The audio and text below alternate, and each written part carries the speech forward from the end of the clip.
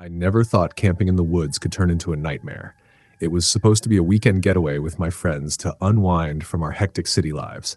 We were all excited as we drove into the dense forest, the trees towering overhead like ancient guardians. Little did we know something sinister awaited us. Setting up camp was the usual hustle, pitching tents, gathering firewood, and cracking jokes. We found a perfect spot near a sparkling lake, the water reflecting the evening sun. Laughter echoed through the trees as we cooked over the fire, our spirits high and our worries far away. But as night fell, an unsettling chill swept through the air. It wasn't just the drop in temperature. It felt like something was watching us.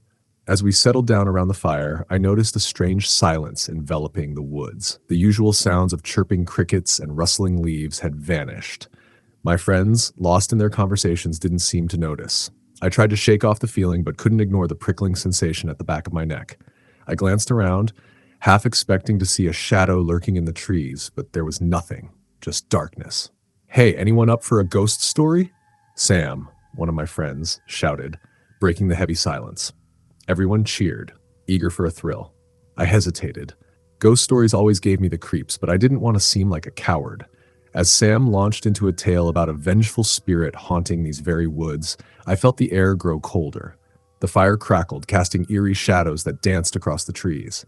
"Legend has it," Sam continued, his voice low, "that a girl named Lily went missing here decades ago. They say she roams the forest, searching for her friends who abandoned her." My stomach twisted. The way he told the story sent chills down my spine. "If you hear her whispering your name, you better run." Just then the wind picked up, rustling the leaves in a haunting melody. My heart raced. I wanted to laugh it off, to pretend I wasn't scared, but deep down I felt an icy grip on my chest. "Let's get back to the stories," Jake said, trying to lighten the mood, but I could see the fear in his eyes too. After a few more ghost tales, we decided to call it a night. We climbed into our tents, but sleep eluded me. The sounds of the forest felt foreign, oppressive. I lay there staring at the ceiling of my tent when I heard it, a faint whisper.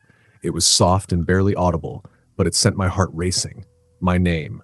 I bolted upright, straining to listen, but the whisper faded. My breath quickened. Surely it was just my imagination. I told myself to relax and closed my eyes, but sleep wouldn't come. I tossed and turned until finally, I decided to step outside for some fresh air. The moon hung high in the sky, casting an ethereal glow over the campsite. My friends were all sound asleep, their tense silhouettes against the night. I took a deep breath, trying to calm my racing heart. That's when I heard it again, a soft whisper, like someone was calling me from deep within the woods. "Emma." It was unmistakable. My blood ran cold. I turned towards the sound, my heart thumping in my chest. It felt like a lure was pulling me closer to the tree line. A sense of dread washed over me, but curiosity gnawed at me too.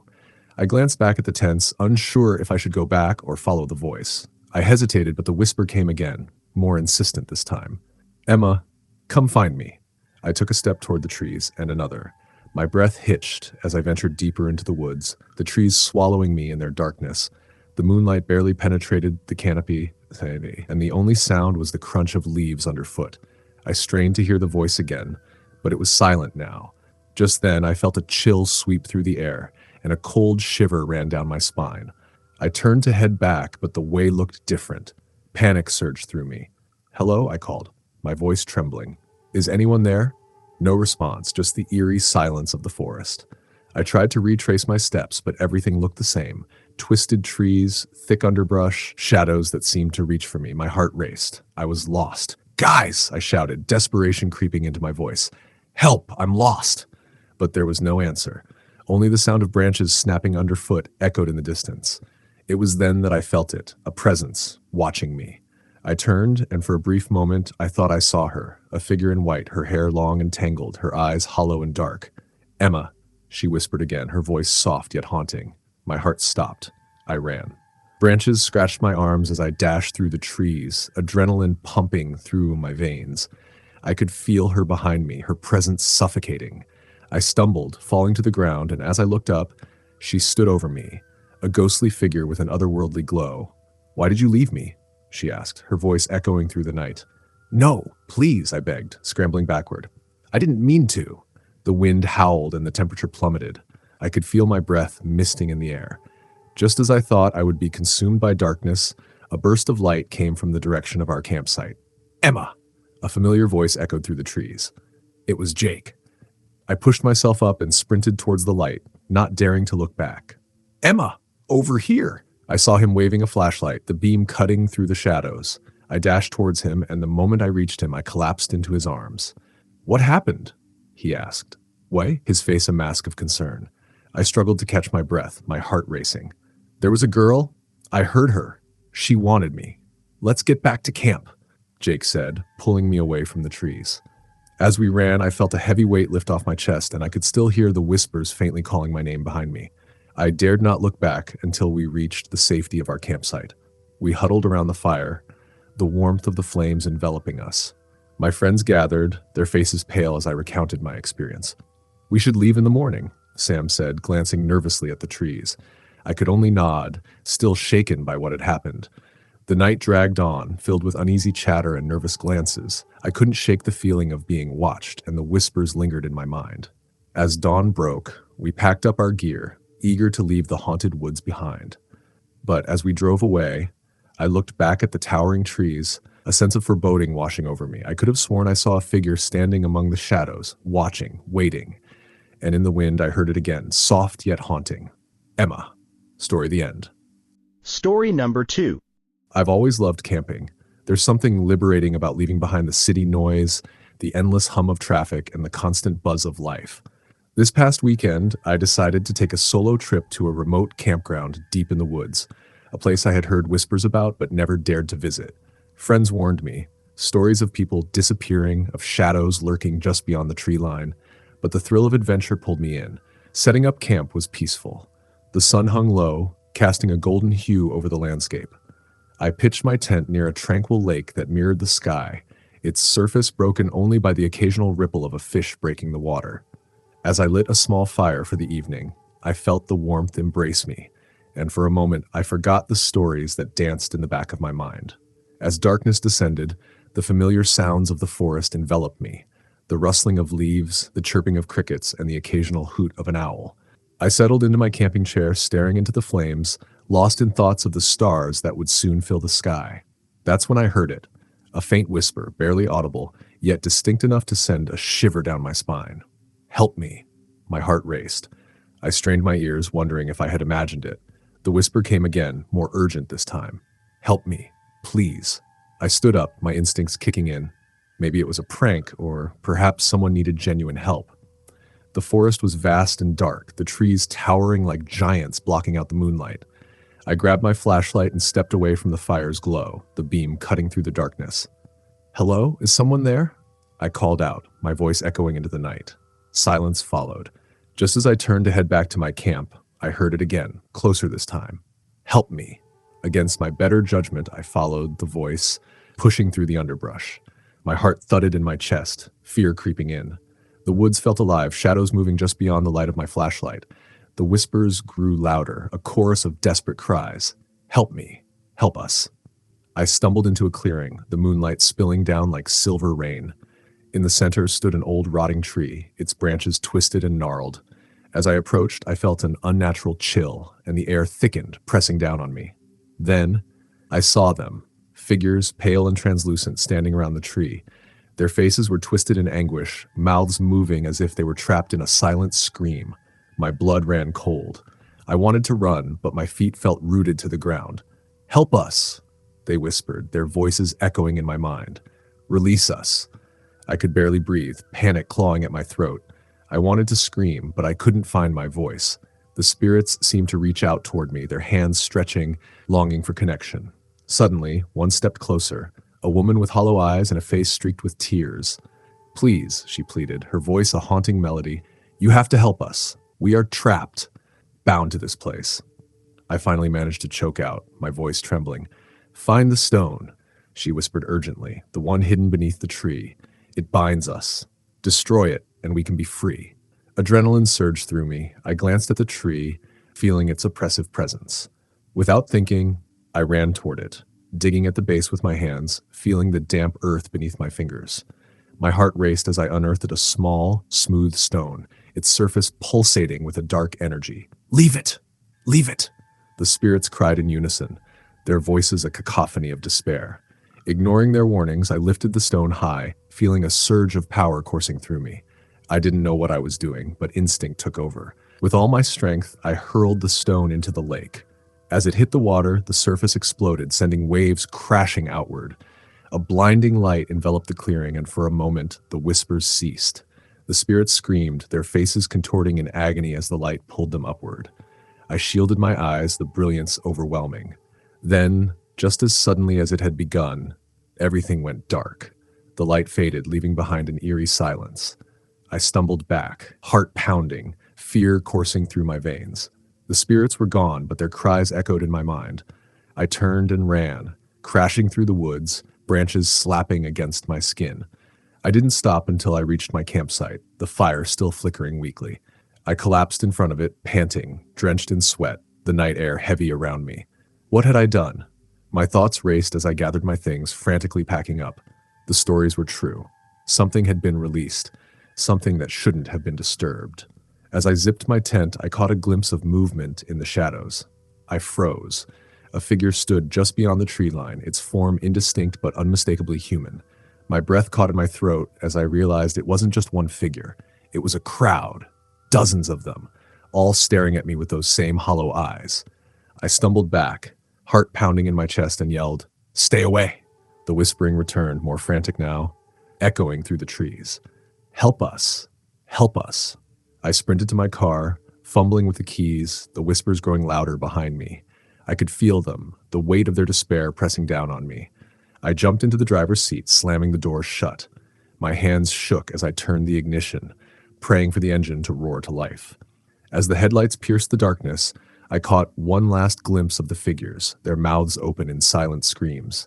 I tore out of that cursed campground, never looking back. I don't know what I unleashed that night, but I can still hear the whispers. They haunt my dreams, a constant reminder that some places are better left undisturbed. Now I can't shake the feeling that I'm being watched, that the shadows in the woods are waiting for me to return. The forest is patient. It whispers in the wind, beckoning me back. But I know better now. Story the end. Story number 3. I've always enjoyed the thrill of camping, but my last trip was unlike any other. It started off as a weekend getaway with a few friends at a secluded campground known for its picturesque views and eerie legends. As we set up our tents and gathered firewood, I felt a sense of excitement mixed with an underlying tension. That evening, we sat around the campfire, roasting marshmallows and sharing stories. The crackling flames danced in the dark, illuminating our faces as we laughed and teased each other. Then someone suggested we share ghost stories. I rolled my eyes, but I couldn't help but feel a tingle of apprehension. It was my friend Mike who started first, recounting a tale about a spirit that haunted these very woods. "They say there was once a girl named Lila," he began, his voice low and serious. "She loved camping like we do, but one night she vanished without a trace. At a swamp. Some say she wandered too far into the woods and got lost, while others whisper that she was taken by something in the shadows. If you listen closely at night, you can hear her calling for help." I scoffed at the story, but as the night wore on and the air grew colder, I felt a chill creeping up my spine. My friends laughed it off, but I couldn't shake the feeling that something was off. When Mike finished, it was my turn to share a story, but I hesitated, feeling the weight of their gazes on me. Instead, I decided to recount a lighter tale, trying to dismiss the unease lingering in my mind. As I spoke, I noticed a flicker of movement in the trees beyond our campsite. I paused mid-sentence, squinting into the darkness. My friends noticed too, and their laughter faded. "What's wrong?" Sarah asked, tilting her head. "I thought I saw something in the trees," I replied, feeling silly for mentioning it. "Probably just a raccoon." Mike chuckled, but I could tell he was a bit uneasy too. We brushed it off and continued our stories, but the laughter never quite returned. After a while, we decided to turn in for the night. I crawled into my tent, the sounds of the forest wrapping around me like a blanket. The soft rustle of leaves and distant hoots of owls became a lullaby, lulling me into a restless sleep. Hours later, I awoke suddenly, my heart racing. I could hear it, a soft, haunting voice drifting through the night. "Help me, please." I sat up, straining to hear. My friends were still asleep, but the voice was clear, calling from somewhere deep in the woods. A sense of dread washed over me. I remembered Lila's story and felt the hair on my neck stand on end. Against my better judgment, I unzipped my tent and stepped outside. The night was eerily quiet, the moon casting an otherworldly glow over the campsite. I stood still, listening intently. The voice echoed again, more insistent this time. Help me. Compelled by an invisible force, I walked toward the sound, leaving my friends behind. The deeper I ventured into the woods, the more the air thickened around me, heavy with a sense of foreboding. Shadows danced between the trees, and I felt as if I was being watched. Help me. The voice grew louder, more desperate. I stumbled into a clearing, and my flashlight flickered to life, illuminating the space. There in the center stood a figure, a girl, pale and ethereal, with long hair cascading down her shoulders. Her eyes were wide with fear, and she reached out to me, her voice trembling. Please, I need your help. My heart raced as I stepped closer, but I hesitated. What happened to you? Why are you here? I'm trapped, she whispered, her voice breaking. They won't let me leave. You have to help me break the curse. What curse? I asked, feeling the weight of her despair. The stone, she said, pointing toward an ancient tree at the edge of the clearing. It's the source of my torment. You must destroy it. A sudden chill swept through the air, and the shadows around me seemed to thicken. What will happen if I do? I asked, fear gripping my heart. You'll set me free, she pleaded, desperation etched in her features. Compelled by her sorrow, I nodded and ran toward the tree, digging at its base with my hands. The earth was damp and cold, and as I unearthed a dark, weathered stone, I felt an unnatural energy pulsing beneath my fingertips. As I held the stone aloft, the girl's face lit up with hope. Yes! Destroy it! But before I could react, the shadows around me surged forward, and a cold wind whipped through the clearing. No! Don't! They cried in unison, their voices echoing with rage and sorrow. I faltered, caught between fear and the girl's pleas. The shadows clawed at me, trying to pull me away from the stone. Help me, she cried again, her voice now tinged with panic. I hesitated for a moment, then, with all my strength, I hurled the stone away, far into the darkness. It shattered against the ground, sending a shockwave through the air. The shadows howled in anger, swirling around me as the girl's figure flickered like a candle in the wind. I felt a rush of energy wash over me, and in that moment, I understood. The girl's voice transformed into a chorus of whispers. Thank you, thank you. Now I am free. As the shadows dissipated, I collapsed to the ground, gasping for breath. The clearing fell silent, the moonlight shining bright and clear. The girl was gone, but I could still feel her presence lingering in the air, a bittersweet farewell. I stumbled back to my campsite, heart racing and mind racing with questions. My friends were still asleep, blissfully unaware of the darkness that had just been unleashed. The following morning, I gathered my things in silence, the events of the night weighing heavily on my mind. As we drove away from that cursed campground, I couldn't shake the feeling that something had changed forever. Looking back one last time, I saw the trees swaying gently in the breeze as if whispering secrets of the night. And deep down, I knew that Lila's spirit had been freed, but the woods still held their mysteries close, waiting for the next camper to tell their tale. Story the end. Story number 4. I remember that weekend vividly. It was supposed to be a fun camping trip with my friends, just a chance to unwind and escape the grind of city life. We chose Pine Ridge, a remote area known for its breathtaking views and serene lakes. As we set up camp, laughter filled the air, and the sun dipped behind the trees, casting long shadows that danced on the forest floor. After a hearty dinner, we gathered around the fire, sharing stories and roasting marshmallows. As night fell, the atmosphere shifted. The once vibrant forest grew quiet, the kind of silence that envelops you, making your skin crawl. I felt it first, a strange heaviness in the air, as if the woods themselves were holding their breath. Hey, anyone know the legend of Pine Ridge? Jake, the bravest among us, asked, leaning closer to the firelight. I felt a shiver run down my spine, but I played it cool. There's a story about a ghost that haunts these woods, he continued, his voice dropping to a conspiratorial whisper. They say a group of campers went missing decades ago, and the spirit of one girl remains, searching for her friends. Stop it! Sarah, sitting next to me, interjected with a nervous laugh. That's just an old wives' tale to scare kids. But I could see the uncertainty flickering in her eyes. It's true, Jake insisted. If you listen closely at night, you can hear her calling for help. I tried to laugh it off, but the thought sank into my mind like a stone. After the stories, we decided to turn in.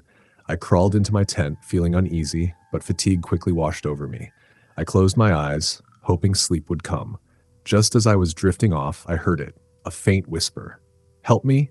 I jolted upright, heart racing. It was just the wind, I told myself. Just the wind. I tried to ignore it, to push the fear away, but I couldn't shake the feeling that I was not alone. Eventually, exhaustion took over, and I fell asleep. The next morning, I woke up to the sun streaming through the tent. I stepped outside, hoping the light would chase away the shadows of the night. My friends were already up, laughing and joking, but I couldn't shake the eerie feeling that lingered from the night before. "Let's go hiking," Sarah suggested, and the idea brought some comfort. We packed some snacks and set off into the woods, the vibrant greens of the trees refreshing my spirit. But as we walked deeper into the forest, I couldn't shake the feeling of being watched. The trees felt too close, their gnarled branches reaching out like skeletal fingers. After a couple of hours, we found a secluded clearing with a small pond. We decided to take a break, enjoying the peaceful surroundings. As we sat by the water's edge, I noticed something strange. There was an old, rotting tree stump nearby, and etched into it were names, some faded, others still legible. I leaned closer, my heart pounding. Among the names, I saw Lily, the very name that Jake had mentioned in his ghost story. "Guys, look at this!" I called, pointing to the stump. The laughter faded, and my friends gathered around, studying the names. "What do you think it means?" Jake asked, his bravado faltering. "Maybe it's just a coincidence," Sarah said, but I could see the fear in her eyes. After a while, we decided to head back to camp. The hike back felt longer, the trees towering over us like silent sentinels. The whispering wind made it difficult to focus, and I kept hearing my name echoing through the branches. "Emma, Emma." When we reached the campsite, the sun was beginning to set, painting the sky in shades of orange and purple. We decided to cook dinner, but as we prepared our meal, a thick fog rolled in, blanketing the area in a ghostly shroud. I glanced at the trees, feeling an intense chill. "Anyone else feel that?" I asked, shivering. My friends exchanged uneasy glances, and for the first time I saw fear reflected in their eyes. After dinner, we gathered around the fire once more, the warmth a small comfort against the encroaching cold. As the night wore on, the fog thickened, swallowing the campsite. The trees seemed to close in around us, and the whispers grew louder. "Help me." "Emma, I'm not liking this," Jake admitted, his bravado all but gone. "We should go to bed early." I nodded, eager to escape the suffocating atmosphere. We crawled into our tents, but sleep wouldn't come. The whispers continued, growing louder, more insistent. I could feel a presence outside, and dread pooled in my stomach. Suddenly, the quiet was shattered by a blood-curdling scream.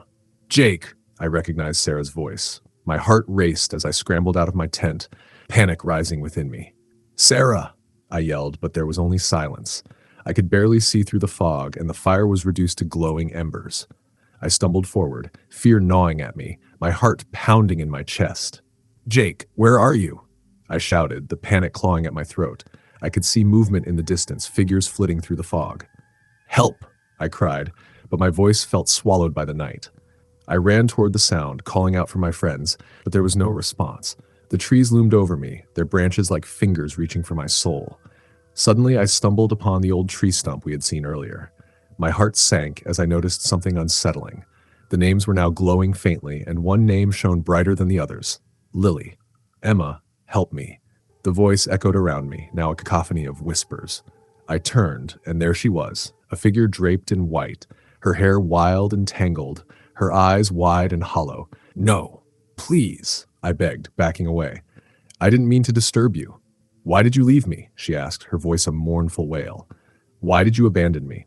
I turned and ran, the sound of her footsteps echoing behind me. I didn't stop until I reached my tent, diving inside and zipping it shut. I could hear the whispers outside, soft and chilling. "Emma, please." Trembling, I tried to convince myself it was just a nightmare, but then I heard a knock on my tent.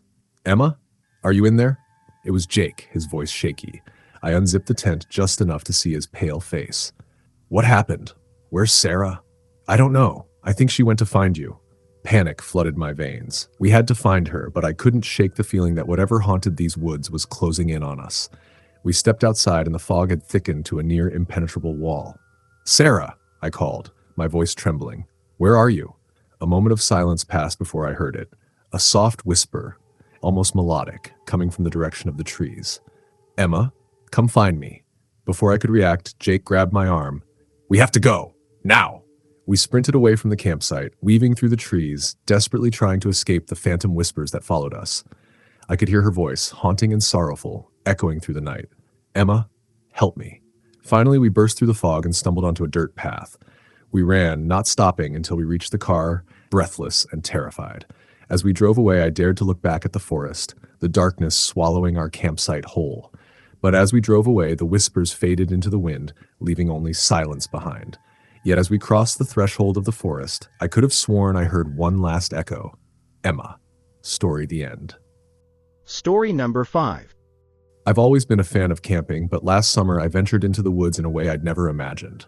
My friends and I decided to escape the city for a weekend, seeking adventure and stories that would fuel our imaginations. We chose a remote campsite nestled deep in the Whispering Pines National Forest, a place famous for its beauty and its dark folklore. As we arrived, the sun hung low in the sky, casting a warm glow over the towering trees. I felt a thrill of excitement mixed with apprehension as we set up our tents, the eerie quiet of the forest surrounding us. The air was thick with the scent of pine and damp earth, a perfect setting for the stories we would soon share around the campfire. That evening, after a dinner of hot dogs and s'mores, we gathered around the flickering flames. Laughter filled the air as we swapped camping tales and personal anecdotes. Then, Jake, our self-proclaimed horror aficionado, leaned in, his voice dropping to a conspiratorial whisper. "Have you heard about the ghost that haunts these woods?" he asked, eyes glinting with mischief. "They say a group of campers went missing here decades ago, swallowed by the forest itself. Some claim they can still hear their whispers at night, calling for help." The fire crackled, casting dancing shadows on our faces. I could see the skepticism on my friends' faces, but I felt a chill race down my spine. I brushed it off, trying to laugh along, but the story lingered in my mind. As darkness enveloped the campsite, we decided to go to bed. I crawled into my tent, trying to shake the unsettling feeling creeping into my thoughts. But sleep wouldn't come. I lay there, staring at the fabric of my tent, listening to the sounds of the forest, the rustling leaves, the hooting of an owl, and something else, a faint whisper. "Help us! Help us!" My heart raced as I sat up, straining to listen. Was it the wind playing tricks, or was there something more? I convinced myself I was imagining things and tried to push it out of my mind. But sleep eluded me, and the whispers continued, growing softer yet more urgent. Hours later, the whispers became insistent, compelling me to move. I unzipped my tent and stepped outside, the cool night air wrapping around me like a shroud. The moonlight bathed the campsite in a ghostly glow, and I felt drawn to the woods, the shadows beckoning me deeper. "Help us!" The voice pleaded again, softer now, but still unmistakable. I hesitated, fear bubbling in my stomach. What if Jake's story was true? But the urge to find the source of the voice was overwhelming. I stepped cautiously into the trees, the moonlight flickering through the branches, casting eerie patterns on the ground. As I walked, the whispers grew louder, guiding me deeper into the woods. I felt the weight of the night pressing down on me, the shadows closing in. My heart pounded, a mix of fear and curiosity propelling me forward. "Hello?" I called out, my voice trembling. Suddenly, I stumbled into a small clearing. In the center stood an ancient gnarled tree, its twisted branches reaching out like skeletal fingers. The whispers came from all around me now, a chorus of desperate voices. "Help us! Free us!" I stepped closer to the tree, feeling a strange pull toward it. The whispers became clearer, revealing a sense of urgency that sent chills down my spine. I could feel a presence, something trapped, something begging for release. "Who are you?" I asked, my voice barely above a whisper. "Campers," the voices replied, echoing in the stillness. "We were lost, taken by the forest. We need your help." The tree seemed to pulse with energy, and I felt a sudden surge of dread. I glanced around the clearing, looking for any signs of the other campers, but I was alone. "What do you want me to do?" I asked, my heart racing. "Destroy the stone," they urged, their voices overlapping in a haunting melody. "It binds us here." I looked around the base of the tree and spotted a small dark stone half buried in the soil. I knelt down, feeling a cold chill emanating from it. As I reached out to touch it, a wave of terror washed over me. I could sense the anguish of the trapped souls surrounding me. "Please, you must do it," they begged, their voices rising in a crescendo of desperation. "Release us." Fear gripped me, but I felt a strange determination. I couldn't leave these voices in torment. With a surge of resolve, I grasped the stone and pulled it from the ground. It felt heavy in my hand, as if it were alive, resisting my touch. "Do it," the voices cried, and in that moment, I understood. This stone was a prison, binding them to the forest. With all my strength, I hurled the stone away, watching as it sailed through the air and landed several feet away. It shattered on impact, sending a shockwave of energy pulsing through the clearing. The air trembled, and the shadows around me began to swirl and twist. The voices rose in a haunting chorus of relief, echoing through the trees. Thank you, thank you, we are free. As the shadows dissipated, I felt a rush of wind sweep through the clearing, lifting the heaviness that had clung to me. I gasped for breath, the weight of the moment crashing down on me. I had done it. I had set them free. But as the clearing returned to its natural silence, I felt a sense of loss. The weight of their stories lingered in the air, their presence still felt even as they vanished into the night. I stumbled back to my campsite, heart racing and mind racing with the reality of what had just happened. My friends were still asleep, unaware of the supernatural encounter I had experienced. I crawled into my tent, the night air heavy with secrets. The next morning, I shared my story with my friends, who listened with a mix of skepticism and awe. But as we packed up our campsite, I couldn't shake the feeling that I had been forever changed. The forest had its mysteries, and though I had freed the lost souls, I knew the shadows would always linger, waiting for the next unsuspecting camper.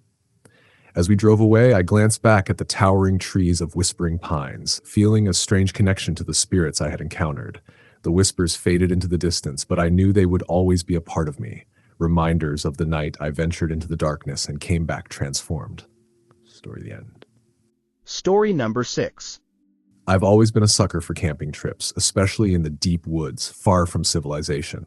There's something magical about being surrounded by nature, the chirping of crickets and the flickering stars overhead. But my recent trip to Elderwood Forest would turn into a nightmare I would never forget. It was a weekend getaway with my closest friends, Laura, Ben, and Mark. We set out early Friday afternoon, excited and full of energy, with all our gear loaded into the car. The forest was beautiful. Thick trees lined the winding road, and the sun filtered through the leaves, creating a dappled light that danced on the ground. We finally arrived at our campsite, tucked away in a secluded area, far from any hiking trails. Setting up our tents was easy, and soon enough we were sitting around a crackling campfire, roasting marshmallows and sharing stories. The atmosphere was lively. Laughter filled the air as we swapped tales from past adventures. As the sun dipped below the horizon, I suggested we tell ghost stories. Laura was the first to share, her voice low and filled with suspense. Have you heard about the lantern that roams these woods at night? They say it belongs to a lost traveler who never found his way home. If you see the light, it means you're lost, and you'll never escape the forest. Ben rolled his eyes but laughed. That's just a story to scare us. Lanterns don't wander. Maybe not, but people have disappeared in these woods, Laura replied, a hint of seriousness creeping into her voice. Some campers went missing years ago, and they say you can hear them calling for help at night. I felt a chill creep up my spine, but I laughed it off. After all, it was just a story. As the night grew darker, we huddled closer to the fire, telling more tales, each one more frightening than the last. Eventually, we decided to call it a night. As I crawled into my tent, I tried to shake off the uneasy feeling that lingered in my chest. I could hear the forest breathing, the whispers of the night filling my mind. Hours later, I awoke to an unusual sound, a soft, glowing light filtering through the fabric of my tent. I sat up, heart racing, and peered outside.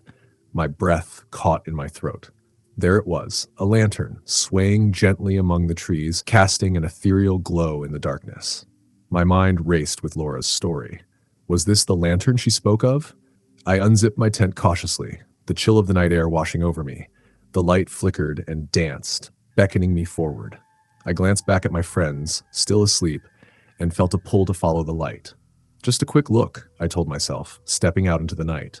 The woods were alive with the sounds of rustling leaves and distant owls, but the lantern's light was mesmerizing, drawing me deeper into the forest. As I followed it, I felt a sense of unease. The light flickered like a candle in the wind, teasing me to come closer. I pushed aside branches, the underbrush crunching beneath my feet. The further I went, the quieter the forest became. It was as if the world was holding its breath. Suddenly, the lantern stopped moving, hovering just ahead of me. I could see it clearly now, a simple lantern, old and rusted, glowing with an inviting light. But something felt wrong. My instincts screamed for me to turn back. "Hello?" I called out, my voice trembling slightly. "Is anyone there?" No response, just the sound of my heartbeat pounding in my ears. I took a step closer to the lantern, and as I did, the light flickered violently. My heart raced as I saw something shift in the shadows, figures moving just beyond the trees, their forms indistinct but undeniably present. "Help us, please." A voice whispered from the darkness, and my blood ran cold. I froze, paralyzed with fear. "Who are you?" I managed to stammer. "Lost. We're lost." The voice echoed, filling the air around me. I felt a cold breeze sweep through the clearing, chilling me to the bone. Suddenly, the lantern flared bright, illuminating the figures lurking just beyond the trees. I gasped, stepping back in terror. They were pale, with hollow eyes and mouths that moved but made no sound. The lantern's light flickered, and I felt an urge to run. But as I turned to flee, the shadows surged toward me, their whispers rising in intensity. "Help us! Help us!" I sprinted back through the trees, branches clawing at my skin. The whispers grew louder, echoing in my mind, but I couldn't stop. I burst through the underbrush, my heart racing, and stumbled back into clearing where my friends were still asleep. Breathless, I shook them awake. "Get up! We have to leave." "What's wrong?" Mark asked, his eyes bleary with sleep. "There's something out there. We have to go now." I pleaded, panic rising in my chest. They looked at me, confusion etched on their faces, but they could see the fear in my eyes. Okay, Laura said, sitting up. "Just calm down." I quickly explained what I had seen. The lantern, the figures, the whispers. They exchanged worried glances, but jumped into action, packing our things in a hurry. The air felt thick with tension as we hastily dismantled our campsite. As we prepared to leave, I noticed the lantern light flickering again, far off in the trees. My heart sank. "It's back," I whispered, dread pooling in my stomach. "Let's just go," Ben urged, grabbing my arm. We hurried to the car, the sounds of the forest enveloping us like a heavy fog. I glanced back at the campsite one last time, and in that moment, I saw them again. The figures standing just beyond the tree line, their eyes fixed on me, their mouths moving in silent pleas. With one final push, we jumped into the car and sped away, the forest falling behind us. As we drove down the winding road, I looked out the window, half expecting to see the lantern illuminating the darkness, but it was gone. The further we got from Elderwood Forest, the lighter I felt. But the memory of that night haunted me. The whispers, the lost souls. I couldn't shake the feeling that I had narrowly escaped something sinister. Weeks passed, and the incident lingered in my mind like a shadow. I tried to dismiss it as a figment of my imagination, but deep down, I knew what I had encountered was real. Sometimes, when the wind rustles through the trees, I can still hear the echoes of their cries. I never returned to that forest, but I often wonder about the lantern and the souls lost within the whispering pines. I learned that not all campfire stories are mere tales. Some hold a chilling truth, waiting for the next unsuspecting camper to stumble into their grasp. Story the end. Story number 7. Camping has always been a favorite pastime of mine, a chance to escape the hustle and bustle of city life and immerse myself in nature. Last summer, I decided to take a solo trip to Graywood Lake, a secluded spot rumored to be beautiful yet eerie. Little did I know that this trip would become a haunting memory etched in my mind forever. I arrived at the lake just as the sun dipped below the horizon, painting the sky in hues of orange and purple. The water was still, reflecting the vibrant colors like a mirror. As I set up my tent, I felt a strange sensation, as if the forest around me was watching. I shrugged it off, attributing it to the isolation of the area. After settling in, I decided to take a walk around the lake, the soothing sounds of nature enveloping me. As I strolled, I came across an old rotting dock jutting out into the water. It looked ancient, like it hadn't been used in decades. I peered over the edge, and something in the depths caught my eye, a glimmer of silver. Curiosity piqued. I leaned closer to see what it was. Suddenly, I heard a soft splash behind me. I whipped around, heart racing, but there was nothing there, just the quiet rustling of leaves and the distant call of a loon. I shook off the unease creeping up my spine and continued my walk, but I couldn't shake the feeling that I was being watched. Night fell, and I returned to my campsite, lighting a fire to ward off the encroaching chill. As I sat by the flames, the shadows danced around me, and I tried to focus on the crackling wood and the warmth enveloping me. But the whispers began again, faint but unmistakable, soft and melodic, weaving through the air like a gentle breeze. "Help us! Help us!" I froze, the words sending chills down my spine. It was as if the forest itself was alive, beckoning me to listen. I shook my head, trying to rationalize the sounds. Maybe it was just the wind, or perhaps my imagination was playing tricks on me. But deep down, I felt something sinister lurking beneath the surface. As the night wore on, the whispers grew louder, more insistent. They seemed to be calling from the direction of the lake, growing increasingly frantic. My heart pounded in my chest, but an inexplicable urge pushed me to follow the sound. Grabbing my flashlight, I reluctantly made my way back to the shore, the beam of light cutting through the darkness. When I reached the water's edge, I saw it, the glimmering object in the depths. It was a small, ornate locket, shining like a beacon beneath the surface. Without thinking, I slipped off my shoes and waded into the cold water, the chill biting at my skin. I stretched my arm down, fingers brushing against the smooth surface of the locket. Just as I grasped it, the whispers reached a crescendo. "Help us! Please!" Startled, I jerked my hand back, losing my footing and tumbling into the water. As I surfaced, gasping for breath, I saw them, figures rising from the depths, their faces pale and eyes hollow, mouths open in silent screams. My heart raced as I scrambled to shore, the locket clutched tightly in my hand. I stumbled back to my camp, soaked and shaking. The fire flickered, casting eerie shadows around me, but I couldn't bring myself to feel safe. I held the locket tightly, its cold metal a reminder of what I had just encountered. The whispers grew more persistent, now echoing in my mind. "Help us! Free us!" I knew I had to understand what was happening. I opened the locket, revealing two pictures inside, one of a young woman and the other of a small boy. Their eyes stared back at me, filled with sadness and longing. It hit me like a punch to the gut. These were the souls trapped in the lake, forever seeking help. Suddenly, I remembered the stories I had heard about Graywood Lake, about campers who had vanished over the years, their souls lost to the water. I had unknowingly become a part of that legacy. I glanced back toward the lake, and in the dim light, I could see the figures again, standing at the water's edge. They were beckoning to me, their hands outstretched.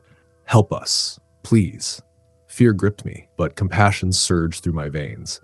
I had to do something to help them. I knew that the locket was a key to their freedom. With trembling hands, I stood at the water's edge, the darkness surrounding me, and raised the locket high. "I don't know how to help you," I cried out, my voice breaking, "but I won't abandon you." The figures moved closer, their expressions shifting from despair to hope. I felt a surge of determination. "I promise I'll find a way to set you free." As I spoke, the lake began to churn, rippling with energy. The figures started to dissolve into the mist, their whispers turning to soft sighs of relief. "Thank you. Thank you." The air around me crackled with a strange electricity, and the locket pulsed in my hand. I closed my eyes, focusing all my energy on the souls trapped in the lake. "Be free," I shouted, casting the locket into the water. The moment it hit the surface, a blinding light erupted, illuminating the entire area. The figures erupted from the depths, swirling around the light, their faces peaceful at last. The whispers transformed into a chorus of gratitude, echoing through the night as they ascended toward the sky. I fell to my knees, watching in awe as the lake calmed, the tension dissipating into the air. The whispers faded into the night, replaced by a soothing silence. I could feel the weight of their sadness lifting, replaced by a warm glow of freedom. When dawn broke, I was still sitting by the lake, the sun rising over the horizon. The water sparkled, calm and serene, as if nothing had happened. I knew then that the spirits had found peace, and I was grateful to have played a part in their release. Packing my things, I felt a sense of closure. Graywood Lake held its secrets, but I had uncovered a truth that would stay with me forever, forever. As I drove away, I glanced back one last time, a soft smile playing on my lips. I had faced the darkness and emerged stronger, a guardian of the lost souls. The forest whispered its gratitude, and I knew I would always carry their stories in my heart, a reminder that even in the darkest places, light can find a way to shine through. Story the end. Story number 8. As a camping enthusiast, I've always sought the thrill of adventure in the great outdoors.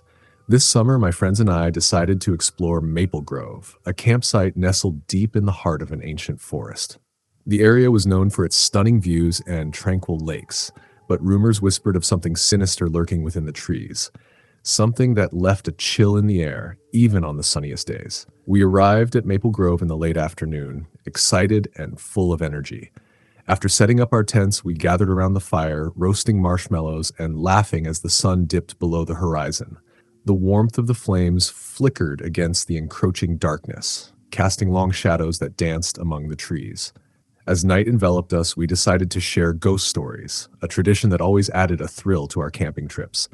Jake, our resident storyteller, leaned in with a grin. "Have you guys heard about the lost campers?"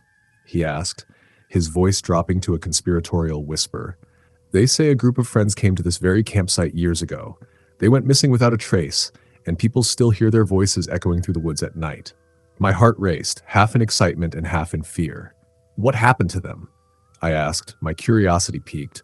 "No one knows," Jake replied, his tone ominous. "Some say they got lost in the forest, while others believe something more sinister took them. They say if you listen closely at night, you can hear their cries for help." As the fire crackled and the shadows flickered, I tried to dismiss the story as mere campfire tales. But as I crawled into my tent that night, I couldn't shake the feeling that we weren't alone in the woods. Around midnight, I was jolted awake by a strange noise outside my tent. It was a low, echoing whisper that seemed to call my name. "Help! Help us!"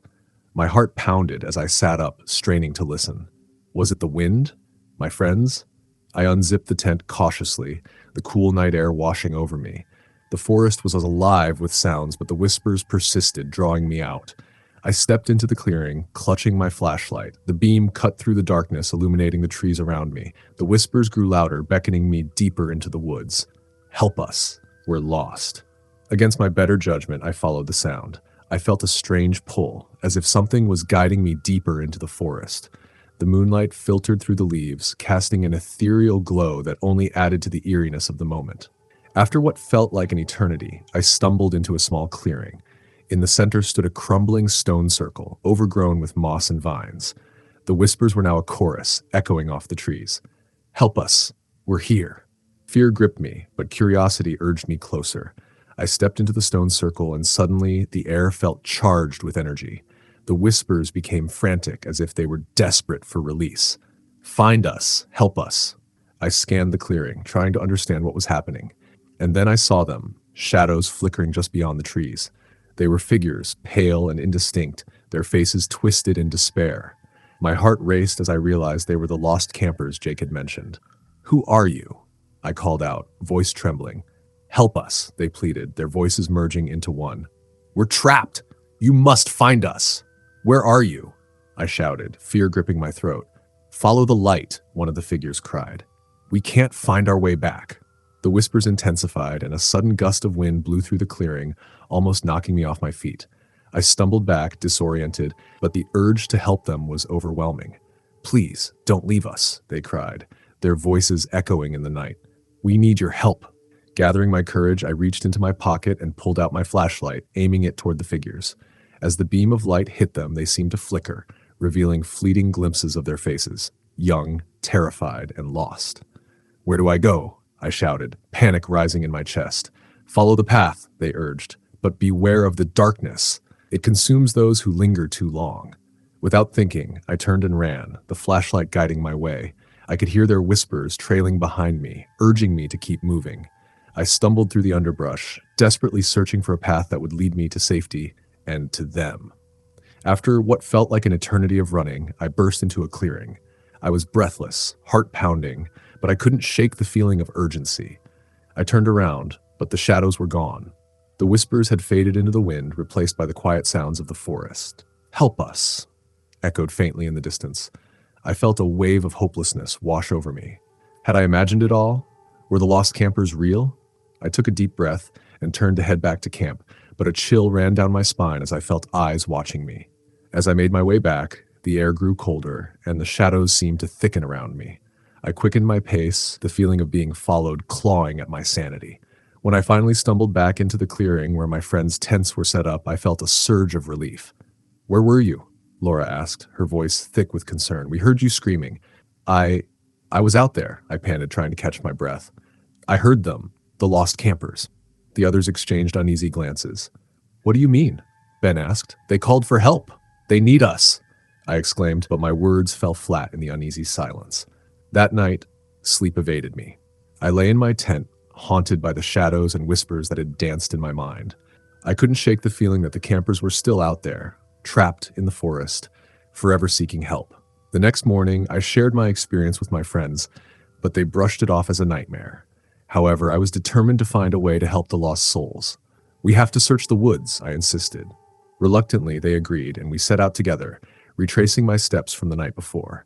The forest felt different in the daylight, yet the unease lingered. As we ventured deeper, I began to hear the whispers again, faint but insistent. "Help us."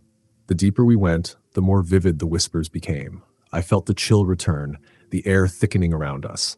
"This way," I urged, following the sounds that seemed to beckon us forward. Finally, we reached the stone circle again. The whispers intensified, and I felt the overwhelming energy pulsing through the air. "We're here," I shouted, hoping they would hear me. The figures emerged once more, their expressions filled with desperation. "You found us," they cried, voices overlapping in a haunting symphony. "We're going to help you," I promised, feeling a surge of determination. "Tell me what to do." "Break the curse," one of the figures shouted, pointing to the stones surrounding us. "Free us from the darkness." With a nod, we surrounded the stone circle, hearts pounding in unison. I reached out, placing my hands on the nearest stone. "What do we do?" I asked, fear creeping into my voice. "Chant the words," they urged, desperation rising in their tones. We closed our eyes and began to chant, voices blending in harmony as we invoked the ancient words. The air crackled with energy, and the shadows around us began to swirl violently. The figures grew brighter, their expressions shifting from despair to hope. "Thank you! Thank you!" they cried as the energy surged, filling the clearing with blinding light. In an explosion of brilliance, the darkness was lifted, and the lost campers began to dissolve into the light. Their whispers transformed into a chorus of gratitude, echoing through the woods as they ascended toward the sky. When the light faded, I stood in the clearing, breathless and overwhelmed. The shadows were gone, replaced by a profound sense of peace. The whispers had ceased, and the forest felt alive, vibrant, and free. We returned to our campsite, the weight of what we had accomplished heavy on our hearts. I felt a sense of closure for the lost souls, knowing they had finally found their way home. As we packed up to leave Maple Grove, I couldn't help but glance back at the forest. It held its secrets, but I had uncovered a truth that would forever change me. I had faced the darkness and emerged stronger, a guardian of the lost campers. That night, as I lay in my tent for the last time, I closed my eyes with a sense of peace, knowing the forest was safe once more. The whispers had faded, but I would always remember the lost campers of Maple Grove. Story the end. Story number 9. I've always loved camping. There's something about the crackle of a campfire, the scent of pine trees, and the endless sky full of stars that feels like a balm to my soul. But last summer, a camping trip to Pine Hollow would turn into a nightmare that I'd never forget. I arrived at Pine Hollow with my best friends, Emily and Mark. The campsite was tucked away in a dense forest, surrounded by towering trees that loomed like silent sentinels. As we set up our tents, a sense of foreboding hung in the air, but I brushed it aside, eager to enjoy our weekend getaway. That evening, as twilight descended, we gathered around the campfire. The flames flickered, casting eerie shadows on the trees. Emily pulled out a deck of cards and we started playing a game while sharing ghost stories to get into the spirit of the night. Mark, always the joker, laughed off the tales, but Emily and I leaned in, intrigued. "Did you guys hear about the legend of Pine Hollow?" Emily asked, her voice dropping to a whisper.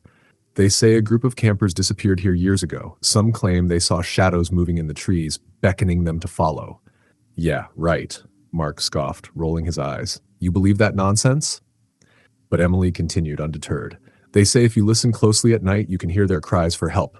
Some even say the shadows still roam the forest, searching for lost souls to join them." I felt a chill creep up my spine, but I dismissed it as just a story. We laughed it off and continued our game until the fire burned low. As darkness enveloped us, I couldn't shake the feeling that the forest was alive, watching us, waiting. As the clock struck midnight, I decided to call it a night. I crawled into my tent, but sleep eluded me. Every rustle of leaves outside made my heart race. The shadows danced just beyond my sight, and I could almost hear whispers carried by the wind. Hours passed, and just as I was starting to drift off, I was jolted awake by a sound, a faint cry, echoing through the trees. I sat up, heart pounding, straining to listen. "Help us." The voice was soft, almost melodic, yet filled with a haunting sadness. "Emily? Mark?" I whispered, but there was no answer. The cries continued, urging me to step outside. Against my better judgment, I unzipped my tent and ventured into the darkness. The night air was cold and thick with silence, save for the echoing pleas. Help us. I glanced around, flashlight in hand, but the beam only illuminated the vastness of the forest. Shadows flickered, and I felt a chill run down my spine. I turned back toward the campfire, desperate for the warmth and safety of my friends. Suddenly, I heard footsteps, rustling in the underbrush behind me. I spun around, but there was nothing there, just the darkness swallowing the light. Panic rose in my chest as I called out, "Emily! Mark!" Their silence echoed back to me, heavy and foreboding. The whispers grew louder, now an anguished wail that seemed to close in around me. Help us. We're lost. Fear surged through me. I ran back to the fire pit, fumbling for my phone. The screen lit up, revealing my friends' tents, but both were still dark. "Guys!" I shouted, my voice trembling. "Wake up!" When no one responded, I grabbed a stick from the fire and held it like a weapon, feeling foolish yet determined. I stepped toward their tents, heart racing. "Emily! Mark!" Just then, I noticed something at the edge of the clearing. A figure, cloaked in shadows. I squinted, trying to make out its features, but it was as if the darkness itself had taken form. "Help us," it murmured, a voice that sent chills coursing through me. I stumbled back, fear gripping my throat. The figure began to move toward me, and instinct kicked in. I turned and ran, crashing through the underbrush, desperate to escape the unseen horror pursuing me. "Help us! Don't leave us!" The voices cried, echoing through the trees. I ran blindly, branches slapping against my face, roots threatening to trip me. I finally stumbled into a small clearing, breathless and terrified. The moonlight illuminated the area, and for a brief moment, I felt a glimmer of hope. But then I heard it again, the whispers surrounding me, closing in. I spun around, desperate to find an escape, and that's when I saw them. Shadowy figures emerged from the trees, their faces pale and hollow, eyes dark and pleading. "Help us. We're trapped." Terror surged within me as I realized they were the lost campers, the very souls Emily had spoken of. They reached out with ghostly hands, their forms flickering in and out of existence. I couldn't breathe, caught between fear and the undeniable urge to help. "What do you want?" I shouted, my voice breaking. "Help us find peace," they cried in unison. "We're lost. We can't find our way back." I backed away slowly, searching for a way out. "How can I help you?" I asked, my voice trembling. "Break the curse," one of the figures urged. "Find the stone circle in the forest. We need you to set us free."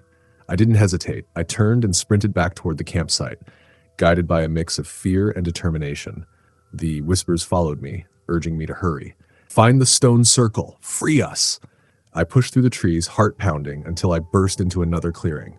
There it was, a circle of ancient stones, overgrown with vines and moss.